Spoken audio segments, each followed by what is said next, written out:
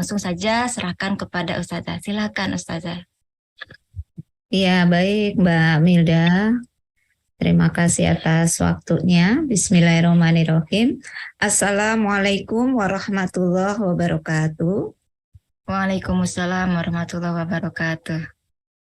Innal hamdalillahi nahmaduhu wa nasta'inuhu wa nastaghfiruhu wa na'udzu billahi min syururi anfusina wa min sayyiati a'malina may yahdihillahu fala mudhillalah. Robi srohli sodri wa yasirli amri wahlul uqdatam min lisani yafqahu qawli amma ba'du. Alhamdulillah jamaah subuh yang dirahmati Allah Subhanahu wa taala.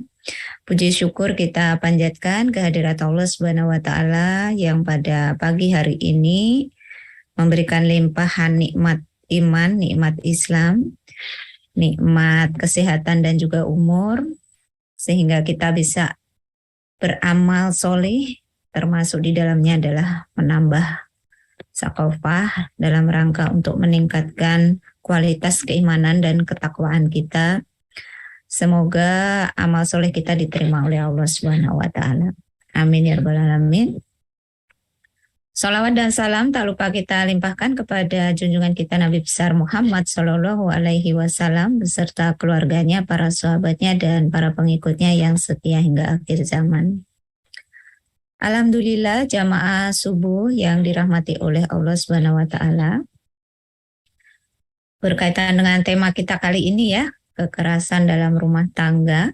Ini sesuatu yang sangat memprihatinkan apabila sampai hari ini masih ada, bahkan fenomenanya cenderung semakin banyak gitu ya, angka KDRT atau kekerasan dalam rumah tangga seperti yang dilansir media yang diberitakan.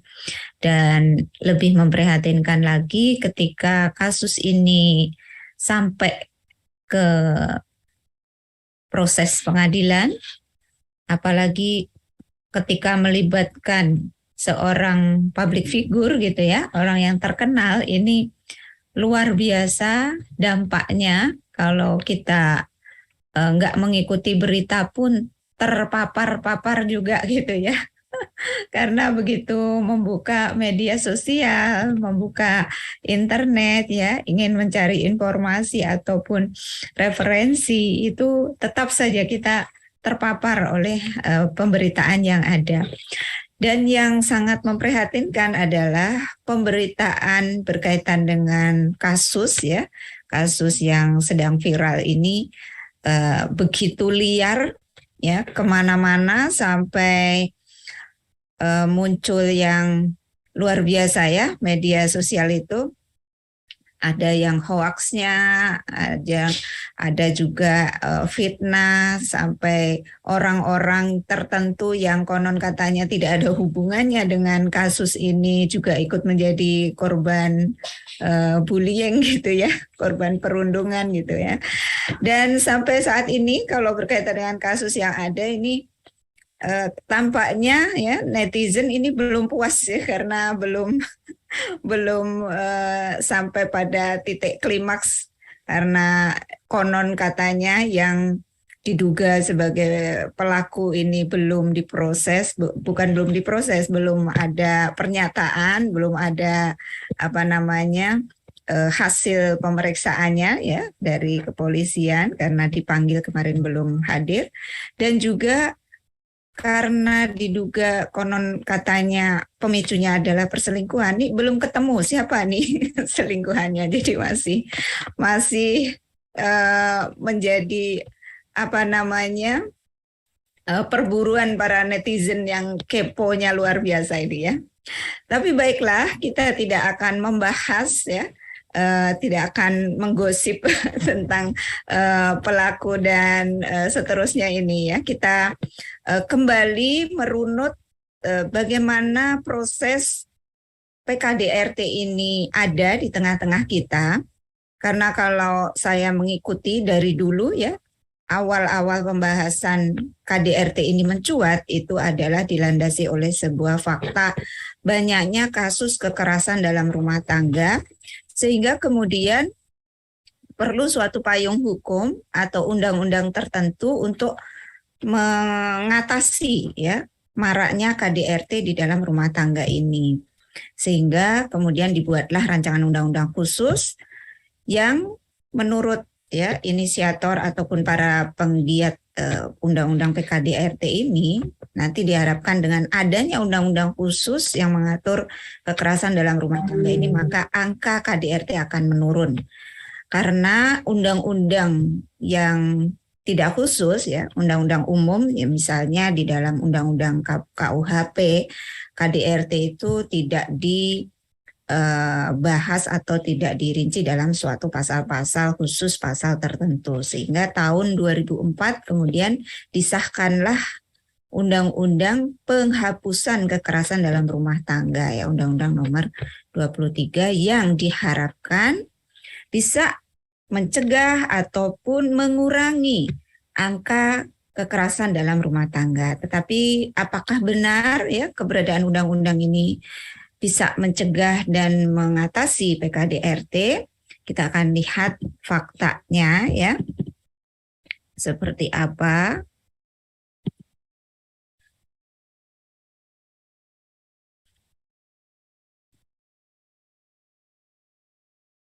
Nah,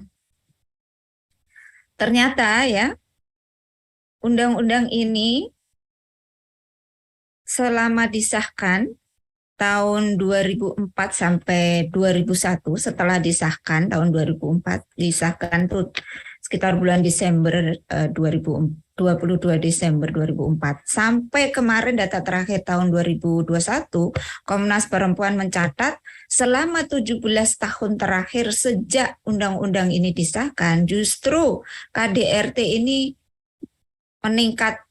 Yang terlaporkan ini sebanyak 452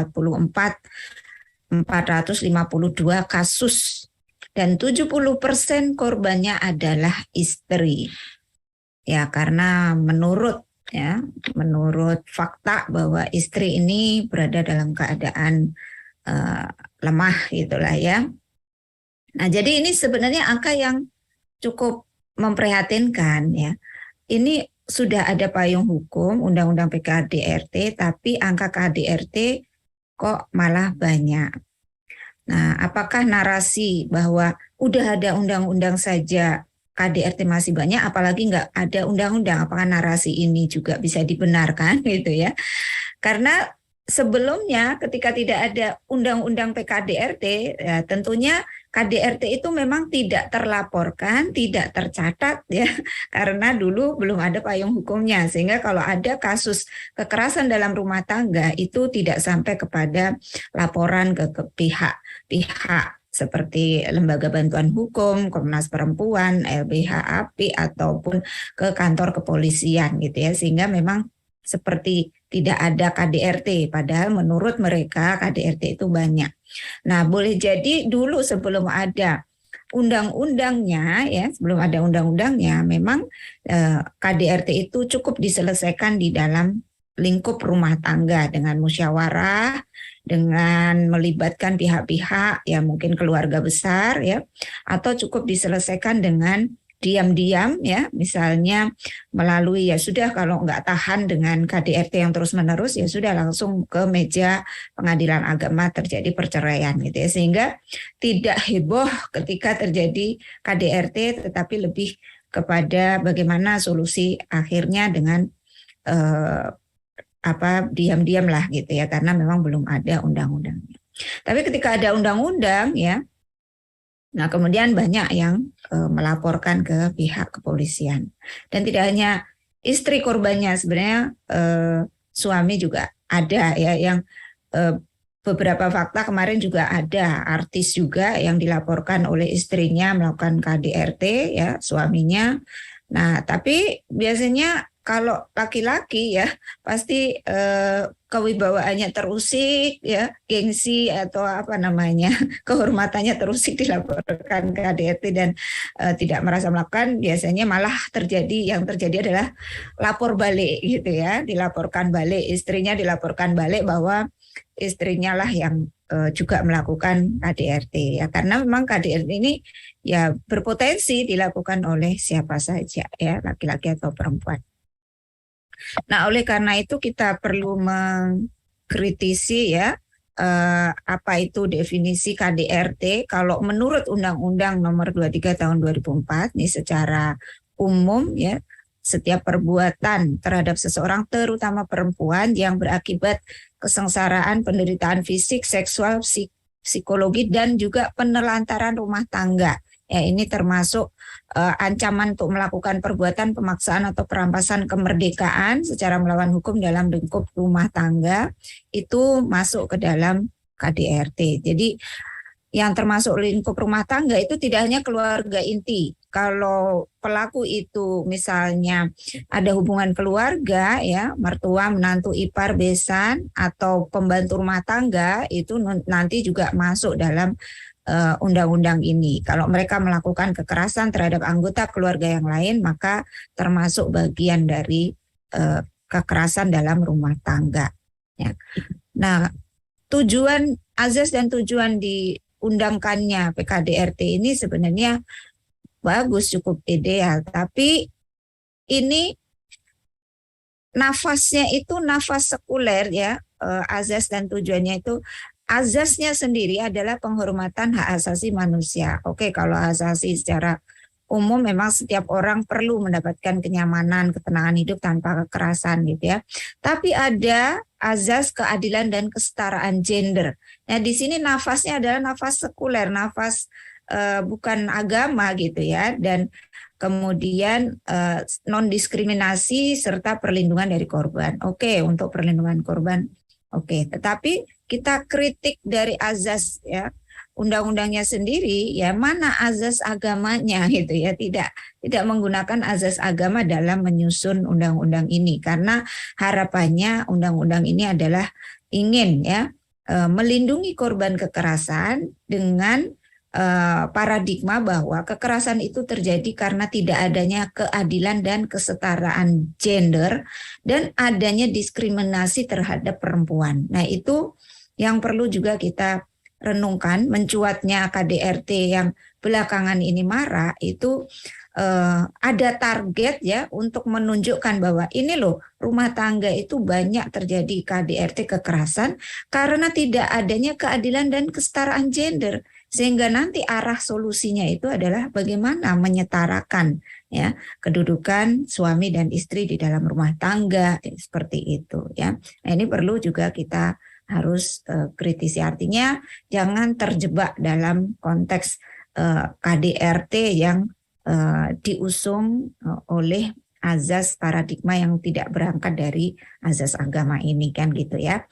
Nah, kemudian pasal 4 penghapusan kekerasan dalam rumah tangga itu bertujuan untuk tujuannya mulia, mencegah segala bentuk kekerasan dalam rumah tangga, melindungi korban kekerasan, menindak pelaku kekerasan, dan memelihara keutuhan rumah tangga yang harmonis dan sejahtera.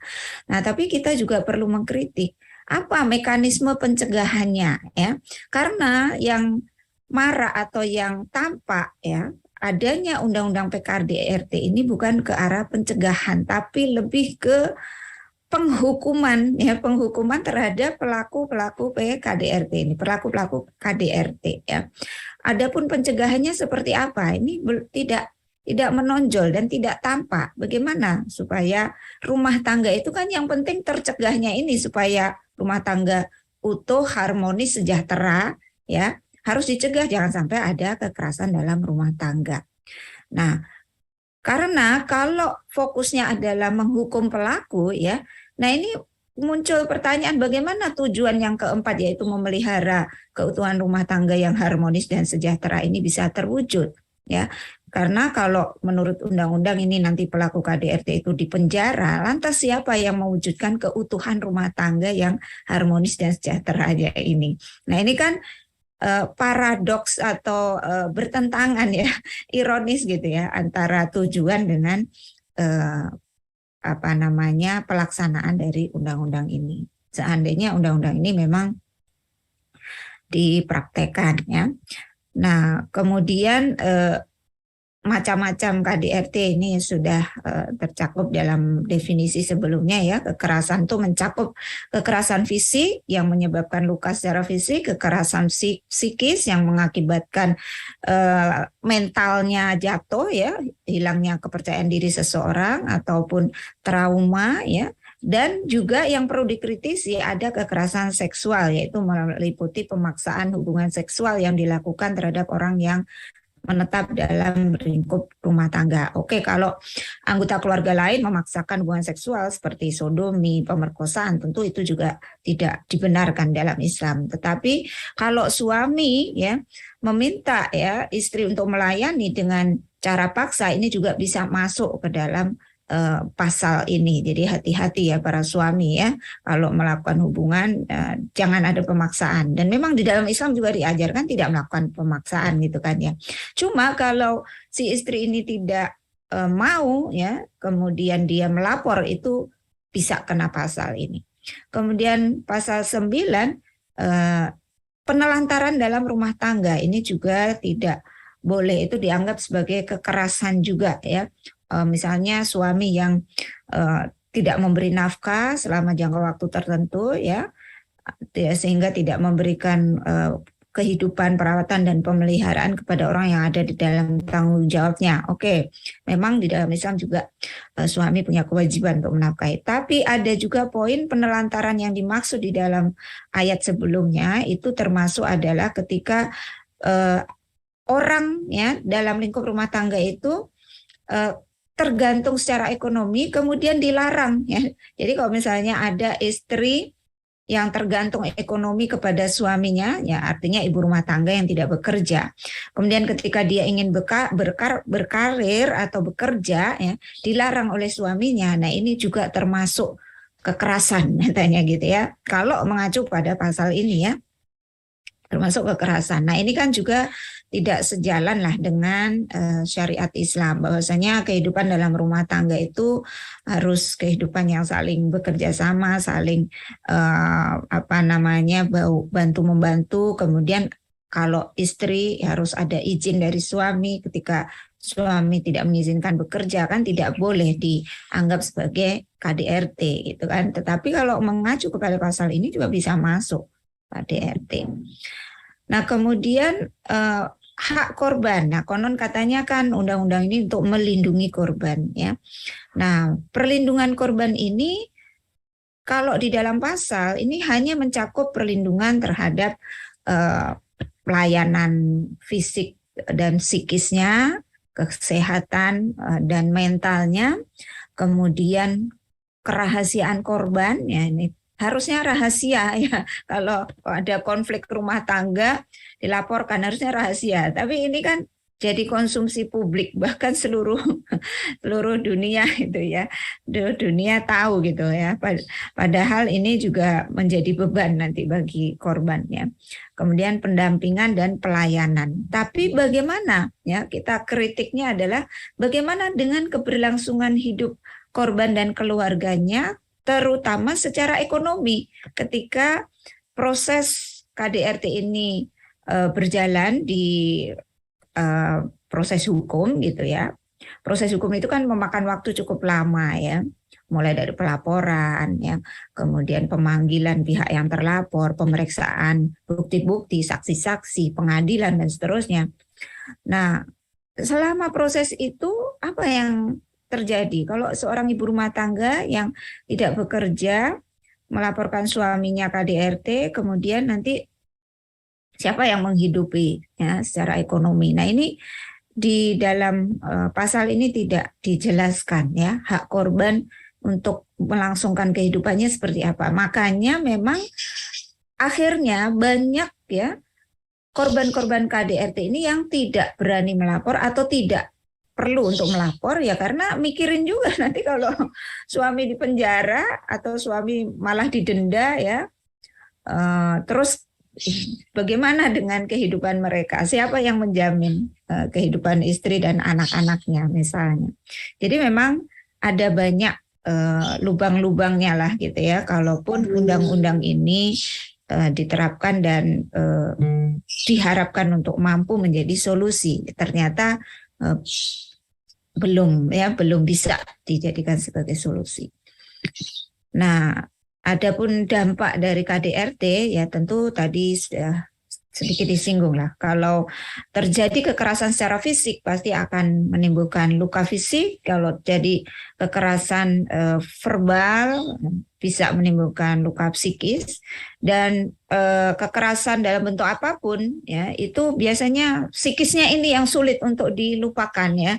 Psikisnya ya, sakit hati, dendam, kecewa, trauma ini yang lebih bahaya gitu. Kalau luka fisik secara fisik lecet atau memar mungkin dalam jangka waktu tertentu akan sembuh, tapi kalau psikis ini sangat lama ya proses penyembuhannya. Dan kalau terjadi KDRT pasti akan menyuburkan permusuhan dan dendam ya, apalagi kalau sampai melapor ke kepolisian, bagaimana situasi keluarga itu akan semakin memanas gitu ya. Bahkan kalau menjadi konsumsi publik apalagi ya kan, justru semakin panas. Dan tentu tujuan untuk keharmonisan keluarga tadi jauh ya, karena kalau sudah terjadi KDRT ya, apalagi sampai terjadi pelaporan, udah nanti yang terjadi adalah runtuhnya lembaga pernikahan. Makanya kemarin cukup viral ya, ada para fans ya, para fans yang sebelumnya itu dengan semangat ya memviralkan tagar kawal sampai halal gitu ya, ketika terjadi kasus ya seorang public figure nih luar biasa menjadi kehidupannya terus menerus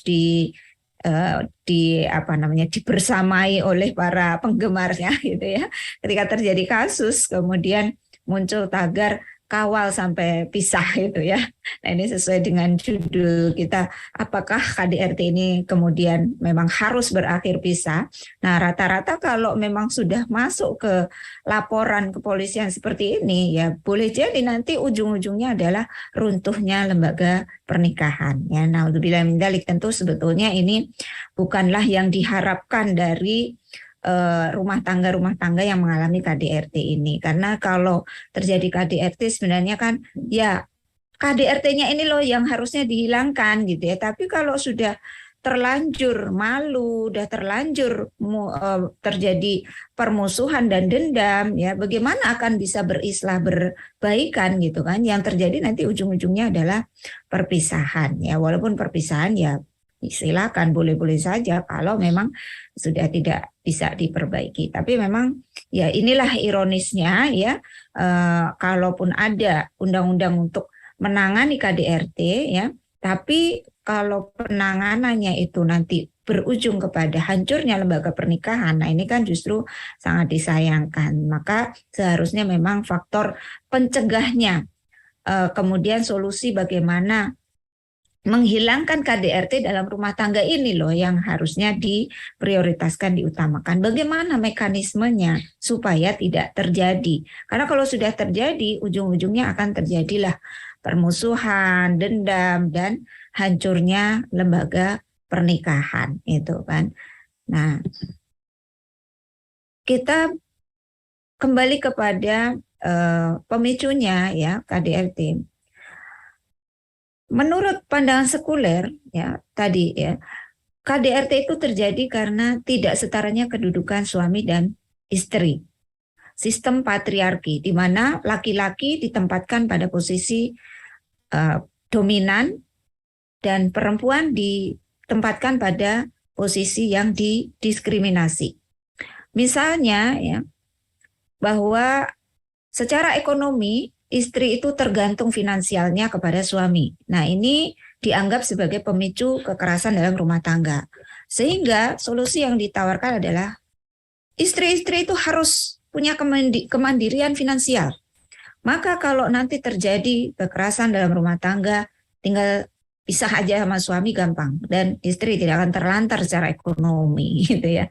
Nah, ini penyederhanaan paradigma berpikir mereka seperti itu. Kemudian ajaran agama yang menempatkan suami sebagai pemimpin dan kebolehan memukul istri ini juga dituduh sebagai pemicu adanya KDRT. Atau juga menurut mereka usia pernikahan yang terlalu dini. Ini juga dianggap sebagai pemicu adanya KDRT karena mereka yang menikah terlalu muda, mentalnya belum dewasa, ada masalah sedikit, langsung ya terjadilah KDRT. Nah, ini adalah pandangan sekuler. Sehingga solusi yang ditawarkan oleh ideologi sekuler, dan salah satunya adalah melalui banyak sisi, ya, adalah bagaimana kedudukan pria dan wanita ini supaya bisa setara. Sehingga muncullah ya wacana untuk keadilan dan kesetaraan gender. Menurut mereka, kekerasan itu terjadi karena laki-laki dan wanita tidak sejajar, tidak setara. Mereka yang berada di level lebih rendah, misalnya yang dipimpin yaitu para istri, dianggap sebagai objek dari kekerasan oleh mereka yang memiliki kedudukan lebih tinggi, yaitu sebagai pemimpin. Oleh karena itu, mereka kemudian memunculkan wacana paradigma laki-laki dan wanita harus disejajarkan, termasuk sejajar di dalam ekonomi. Kalau wanita itu punya penghasilan sendiri, laki-laki tidak akan semena-mena. Kalau wanita punya duit banyak, punya uang sendiri, punya penghasilan sendiri, nanti suami akan lebih hormat, lebih respect sama istrinya dan tidak berani main tangan. Nah, ini paradigmanya seperti itu, ya.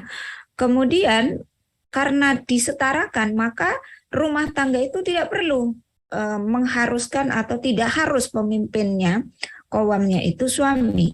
Bisa saja istri, tergantung kesepakatan rumah tangga itu. Makanya yang sebelumnya pernah kita bahas ya, muncullah model rumah tangga setara yang menyetarakan laki-laki dengan wanita, atau bahkan yang sampai bertukar peran, laki-laki berada di rumah ya dan perempuan sebagai pemimpin karena perempuanlah yang menghasilkan uang. Nah, ini kan sudah mengacak-ngacak tatanan rumah tangga sesuai dengan syariat gitu ya, di mana posisi qawwam ini memang ditahbiskan kepada para suami laki-laki tersebab kelebihan-kelebihannya, karena Allah yang maha tahu qadarnya laki-laki, mereka punya kemampuan sebagai qawwam dibandingkan kepada perempuan. Misalnya qadarnya laki-laki adalah dia didominasi oleh logikanya sehingga ketika memimpin itu pakai akal istilahnya ya. Sedangkan perempuan qadarnya adalah didominasi oleh perasaannya. Sehingga kalau memimpin itu yang dominan adalah perasaan, like or dislike gitu ya, suka atau enggak. Tapi kalau laki-laki benar atau enggak gitu kan. Benar atau enggak ini anak buah saya gitu kan. Tapi kalau perempuan, saya suka enggak dengan anak buah saya.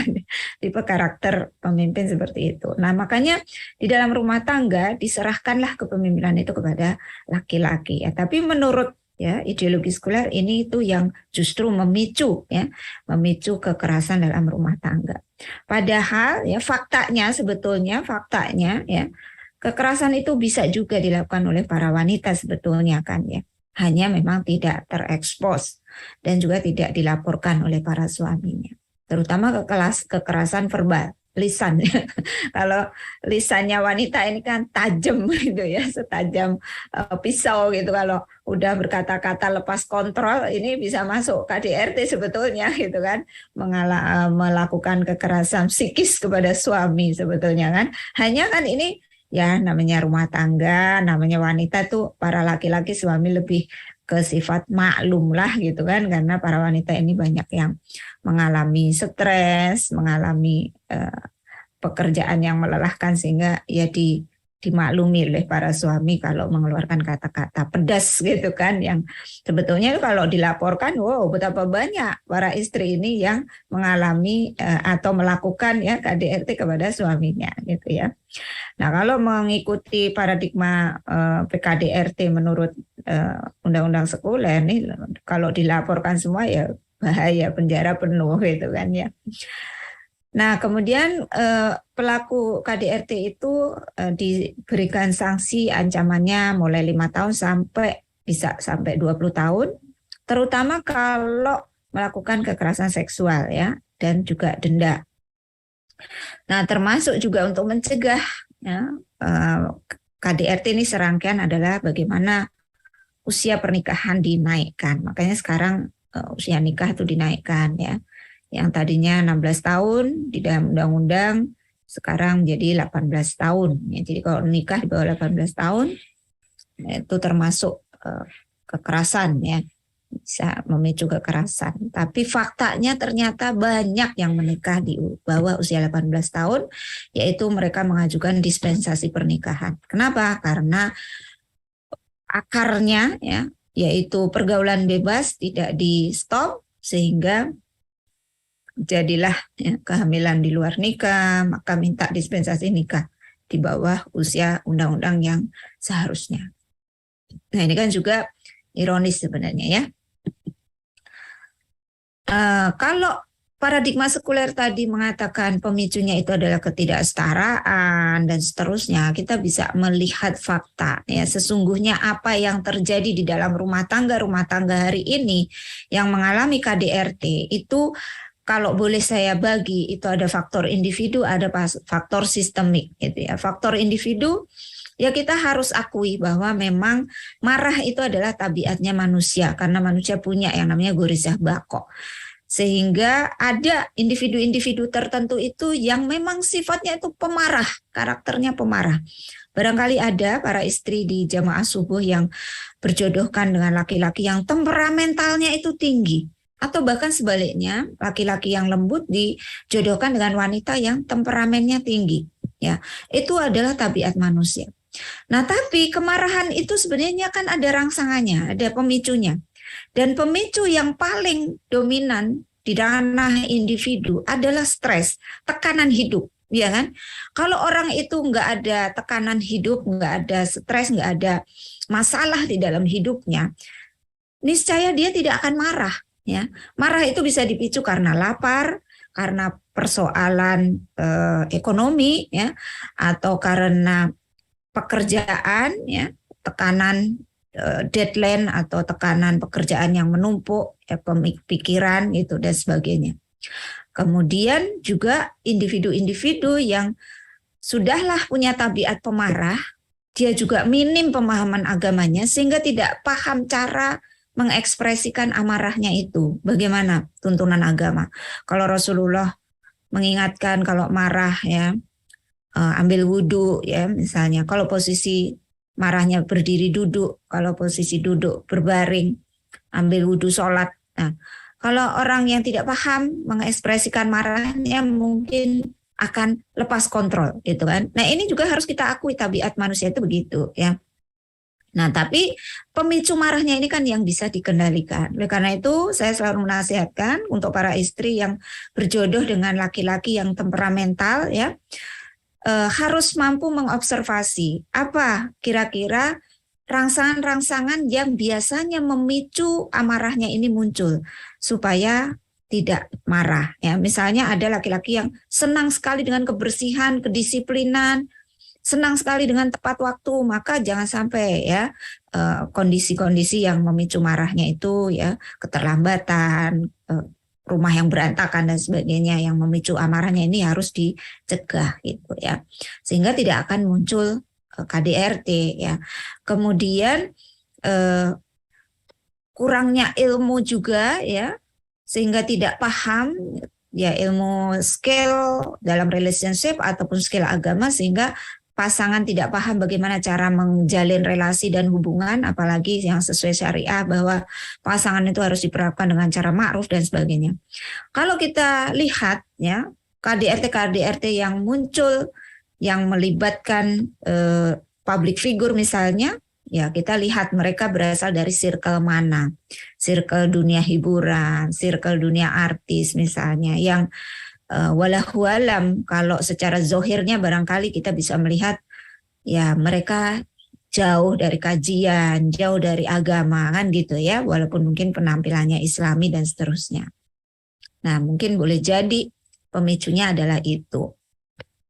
Kemudian KDRT juga muncul mungkin di usia-usia pernikahan yang mulai muncul kebosanan, kejenuhan, kurang kemesraan ya. Akhirnya kasih sayang, rasa empati, welas asih sudah mulai luntur ya, sehingga gagal membangun persahabatan, yang terjadi mulai terbangun permusuhan, kebencian karena saya punya kutipan ya. Karena cinta itu nggak abadi ya, seiring waktu itu bisa berubah, bisa berkurang, bahkan yang tadinya cinta bisa berubah menjadi benci. Oleh karena itu, pernikahan tuh nggak cukup dengan cinta, perlu juga rasa empati, welas asih gitu ya. Kalau sudah hilang ya, maka bisa muncul rasa untuk saling menyakiti. Nah, ini kan juga tidak boleh. Nah, itu faktor individu. Tapi jangan lupakan juga ada faktor sistemik. Termasuk stresnya individu-individu yang kemudian melampiaskan dengan KDRT, itu karena faktor stres massal gitu kan. Kita itu sedang stres massal kan hari ini, BBM naik, semua stres. Siapa yang nggak stres? Bapak-bapak stres, harga bensin naik. Ibu-ibu stres, harga-harga mahal. Ya, kalau sudah stres apa yang terjadi? Marah-marah. Pelampiasannya itu salah satunya adalah marah-marah. Kalau sudah marah-marah, setan datang, kemudian lepas kontrol, ya, seperti itu. Kemudian penerapan sistem sekuler dan kapitalistik, ya, yang jauh dari kesejahteraan, maraknya pergaulan bebas, jauh dari pemahaman agama. Konon salah satu pemicu KDRT itu adalah perselingkuhan pasangan kan gitu ya. Nah, kenapa ada selingkuh? Ya ini karena penerapan sistem sekuler kapitalistik yang mewajarkan pergaulan bebas. Sehingga para suami, para istri sulit untuk godul basor, banyak pemandangan di luar gitu ya, karena pergaulan bebas tadi. Nah, kalau kemudian sudah muncul perselingkuhan, muncullah pertengkaran dalam rumah tangga, lepas kontrol, akhirnya KDRT. Nah, ini makanya tadi kita kritisi, apa faktor untuk mencegah KDRT-nya? Dicegahnya itu salah satunya ini.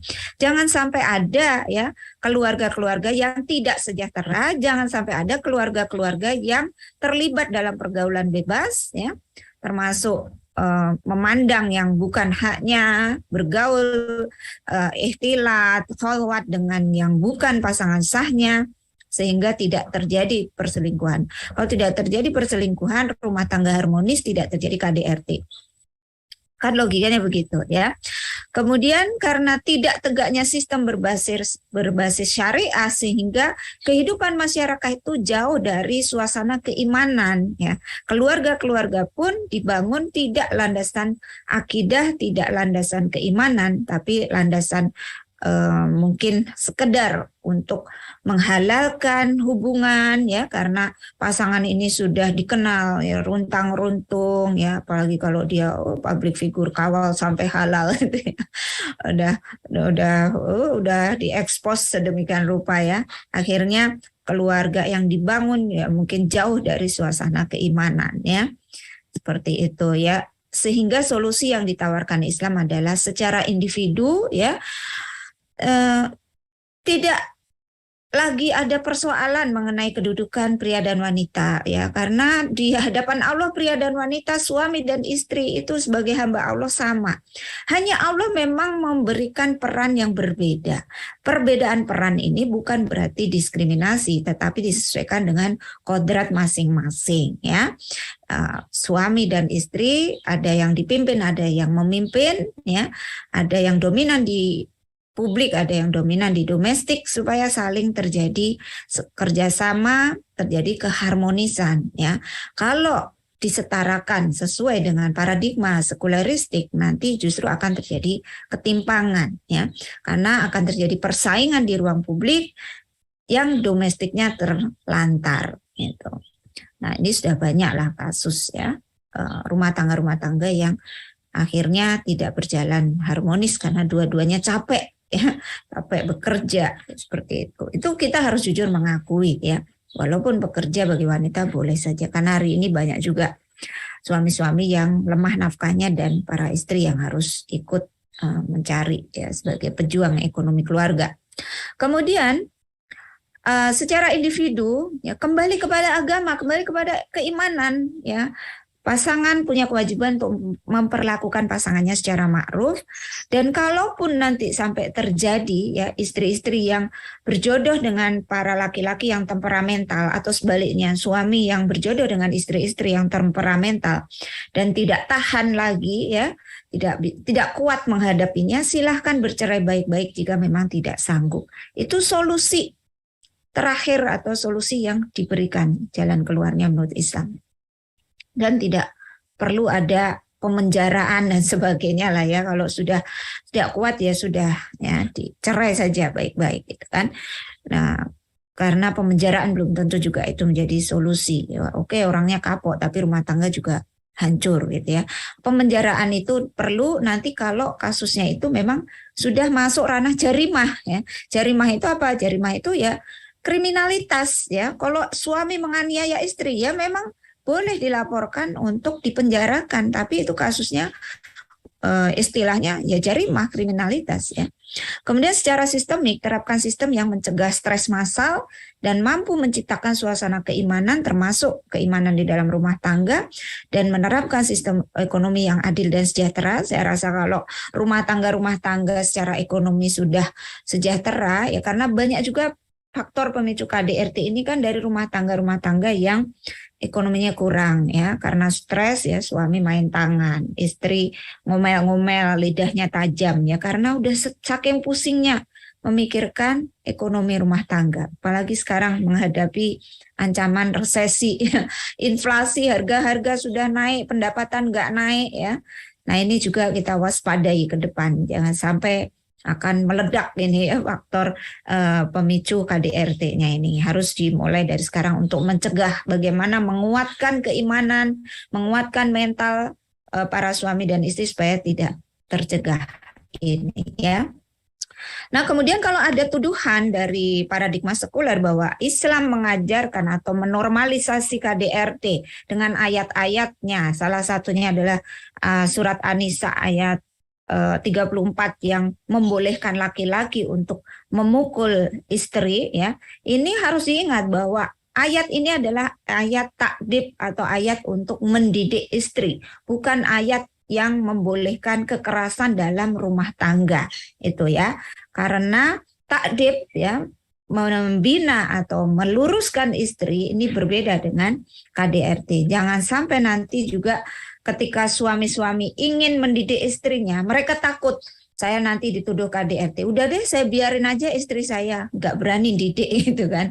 Nah ini juga nanti semakin jauh lah ya kondisi keharmonisan. Kalau istri-istri yang membantah, membangkang ya itu tidak boleh diluruskan dengan ayat-ayat takdib ini ya. Karena Allah sudah memberikan hak kepada suami ya. Suami itu adalah pelindung bagi perempuan.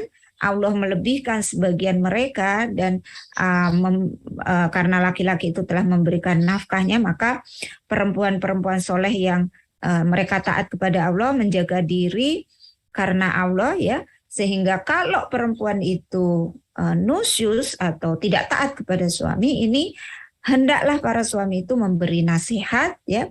Tetapi nasihat itu diberikan tidak dengan kekerasan ya. Kekerasan itu hanya cara terakhir, bukan kekerasan sebenarnya hanya pukulan ringan yang tidak menyakitkan. Karena ada mekanismenya ya. Ini di dalam surat An-Nisa ayat 34 itu dituduh ya oleh para penggiat atau paradigma sekuler itu ini sebagai alasan ya para suami itu main tangan kekerasan. Padahal enggak ya, justru karena para suami tidak paham Islam, tidak paham ayat ini gitu kan, maka yang terjadi adalah semena-mena melakukan kekerasan kepada istrinya ya. Oleh karena itu kita harus membedakan KDRT dengan takdib ya. KDRT kekerasan dalam rumah tangga, pelakunya bisa siapa saja dari anggota rumah. Kalau menurut Undang-Undang Nomor 23 Tahun 2004 tadi, pokoknya seluruh keluarga inti dan keluarga besar kalau melakukan kekerasan terhadap seseorang itu bisa disebut KDRT. Nah, KDRT ini sebenarnya di dalam Islam ya masuknya jarimah ya kriminalitas kalau memang terjadi penganiayaan sampai menimbulkan luka fisik dan merugikan korban gitu kan, karena menyakiti anggota tubuh ya sampai menimbulkan luka cacat ya itu masuk kepada kriminalitas atau jarimah ya. Nah, tapi kalau takdib itu pelakunya hanya suami. Yang dimaksud takdib itu adalah mendidik istri, ya, melakukan pendidikan kepada istri. Pelakunya hanya suami, karena istri tidak wajib mendidik suami, sehingga kalau istri memukul suami gitu ya, nah itu tidak masuk kategori takdib gitu ya. Nah, kemudian korban dari KDRT ini bisa siapa saja dalam lingkup rumah tangga ya. Tetapi kalau takdib objeknya itu hanya istri yang nusus, tidak sembarang istri. Hanya istri yang nusus, istri yang membangkang, istri yang tidak taat kepada suami ya. Sedangkan kalau KDRT siapa saja ya, bisa anak, istri, suami, pembantu rumah tangga itu bisa ya. Kemudian KDRT ini bisa terjadi jenis penganiayaan apa saja tanpa ada batasan tadi itu. Fisik, psikis, seksual gitu ya. Kalau ada pemaksaan seksual, walaupun dilakukan suami terhadap istri, itu masuk KDRT. Sedangkan takdib ya, takdib itu tidak boleh melakukan pukulan yang menyakitkan dan dilarang di tempat-tempat yang fatal. Kalau terjadi di luar ini penganiayaannya, masuknya jarimah kriminalitas ya. Silakan kalau anggota keluarga tidak terima mau lapor polisi, di proses hukum nanti ada jinayat atau ada takzir tergantung kepada jenis perlakuannya ya. Tapi kalau takdib ya, jangan ya suami memukul istri itu ada aturannya, ada adabnya. Kalau KDRT nggak ada peringatan, nggak ada warning sebelumnya, langsung main hajar gitu ya. Tapi kalau takdib ini ada tahapannya sebelum melakukan pemukulan yang dibolehkan, yaitu istri yang nusus itu harus dinasihati dulu, dipisahkan di ranjangnya ya. Yaitu tidak boleh digauli. Ada ulama yang mengatakan dipisahkan di ranjang itu bukan pisah ranjang, tapi hanya saling punggung-punggungan. Ya, mungkin ada juga yang mengatakan pisah ranjang, tapi intinya adalah jangan digauli, karena hubungan intim atau bercampurnya suami dan istri itu biasanya akan menimbulkan islah. Ya, islahnya itu di situ. Nah, sehingga kalau tidur satu ranjang punggung-punggungan diharapkan nanti bisa ya siapa tahu malam-malam pelukan lagi gitu ya, walaupun tadinya siangnya berantem itu, sehingga terjadi islah. Nah, kalau sudah terjadi islah tidak boleh memukul. Kalau istri yang benar-benar bandel banget ya, nususnya diluruskan nasihat nggak bisa dipisah di ranjangnya, nggak digauli, tetap bandel gitu ya, boleh dipukul di tempat yang tidak menyakitkan. Ini adalah takdib, sehingga pelaku tidak boleh dipenjara karena ini adalah mendidik istri ya. Karena faktanya gini, istri itu cenderung main perasaan, cenderung keras kepala. Jujur saja kita akui, banyak istri itu yang keras kepala kalau diberi nasihat itu tidak mempan. Ya, dan ada istri itu yang memang benar-benar mungkin dalam kondisi istri yang tidak solehah itu ya, yang benar-benar bandel, tidak boleh keluar rumah, tetap aja melanggar dia keluar rumah, tidak boleh pergi sama teman-teman lakinya, tetap pergi dengan teman-teman lakinya, sampai suami bingung gimana mendidiknya. Maka cara terakhir adalah dengan takdib ini gitu loh. Dan kalau ini semua dianggap KDRT ya, nah jadi nanti suami-suami jadi takut mendidik istrinya. Makanya kita lihat sekarang ya, sekarang itu banyak suami-suami yang lemah di hadapan istrinya, nggak berani sedikit tegas gitu kan, karena tegas sedikit dianggap kekerasan gitu ya. Nah, akhirnya takut gitu, takut untuk melakukan pendidikan kepada istri. Maka banyak istri yang kemudian nusus membangkang ya, dan banyak istri kemudian yang juga berani melawan suami, berani meminta cerai dan seterusnya. Ini kan suatu yang ironis dengan tujuan dari penghapusan kekerasan dalam rumah tangga tadi. Oleh karena itu, satu-satunya solusi ya kita kembali ke keteladanan Islam, bagaimana secara individual kita diperintahkan untuk berakhlak baik, berakhlak mulia, memperlakukan anggota keluarga kita dengan cara yang ma'ruf, tidak hanya suami kepada istri, istri kepada suami juga, kepada anak-anak juga gitu ya. Dan akhlaknya Rasulullah ya, Aisyah radhiyallahu an pernah mengatakan bahwa tidak pernah sekalipun aku melihat Rasulullah memukul pembantu maupun memukul istrinya. Tidak pernah Rasulullah memukul dengan tangannya ataupun dengan sesuatu kecuali karena memukul dalam keadaan berjihad dan berperang di jalan Allah. Nah, ini agama kita sudah menuntunkan ya.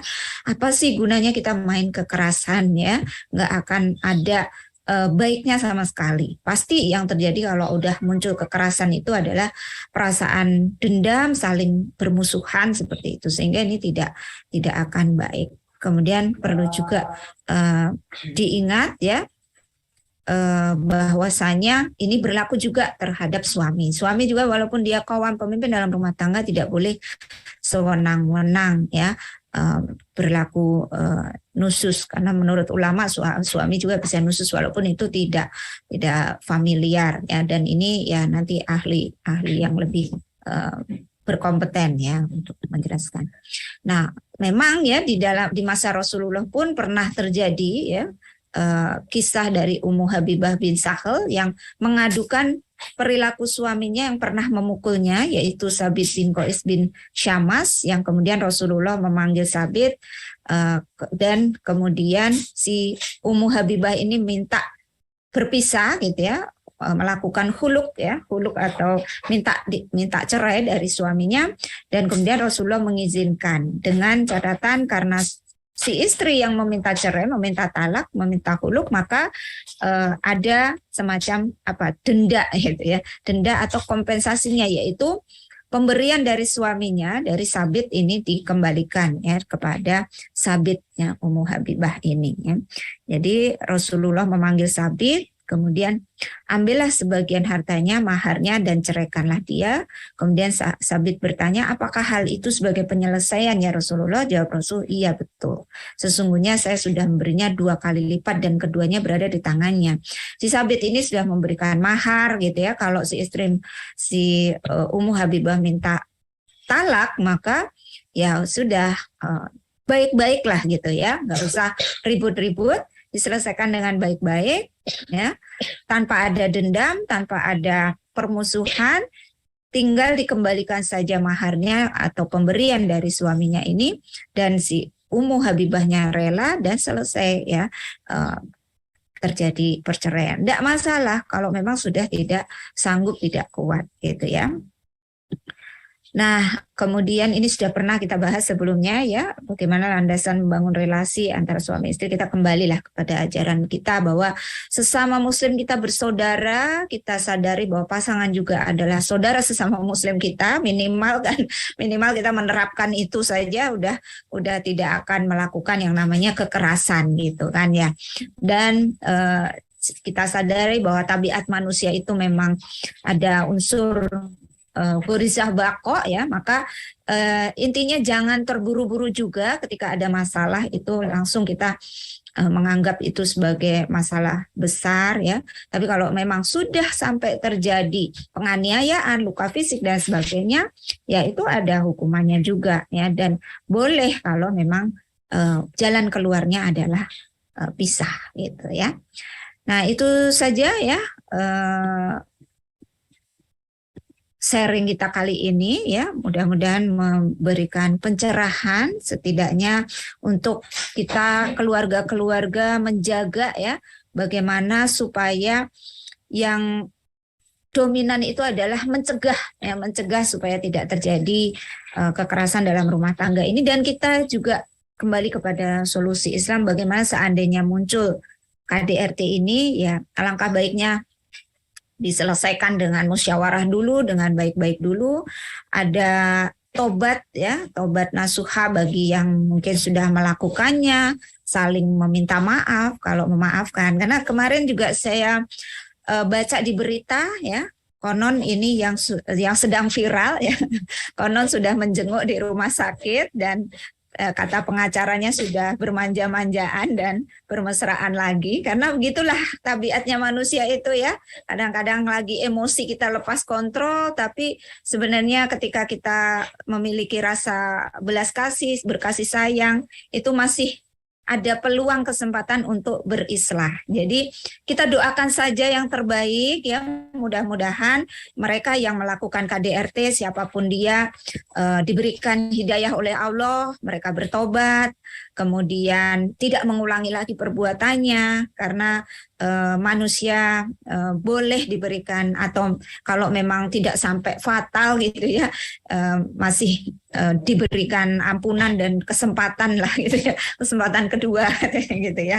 Apalagi ini kalau terjadi pada rumah tangga yang usia pernikahannya baru masih seumur jagung ya, masih emosional, masih belum saling mengenali pasangannya, pasti potensi-potensi untuk terjadinya saling permusuhan atau kekerasan itu masih ada. Tapi jalan masih panjang ya, mudah-mudahan diberikan hidayah, diberikan jalan keluar yang terbaik, karena yang terbaik itu adalah bagaimana ya supaya KDRT-nya ini hilang tapi rumah tangga juga tetap rukun dan harmonis. Harapannya kan begitu ya, tidak bagaimana cara ini fokus kepada menghukum pelakunya. Ya memang betul kalau memang itu masuk ke ranah kriminalitas memang harus dihukum supaya menjadi efek jera. Cuma yang kita khawatirkan, kita prihatin juga kan, ini isunya menggelinding, akhirnya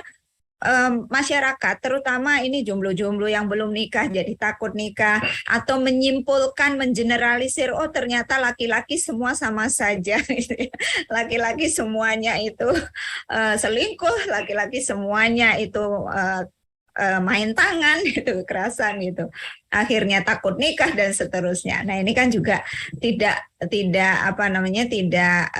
baik juga ya untuk kehidupan di lembaga pernikahan yang seterusnya. Padahal masih banyak laki-laki yang baik, dan laki-laki yang baik itu tentu laki-laki yang dekat dengan agama, yang dekat dengan kajian gitu ya. Nah kalau kita menjadikan role modelnya adalah orang-orang yang circle-nya jauh dari itu, ya salah gitu ya kalau kita mengeneralisir dengan menyimpulkan yang seperti itu. Ya demikian Mbak Milda.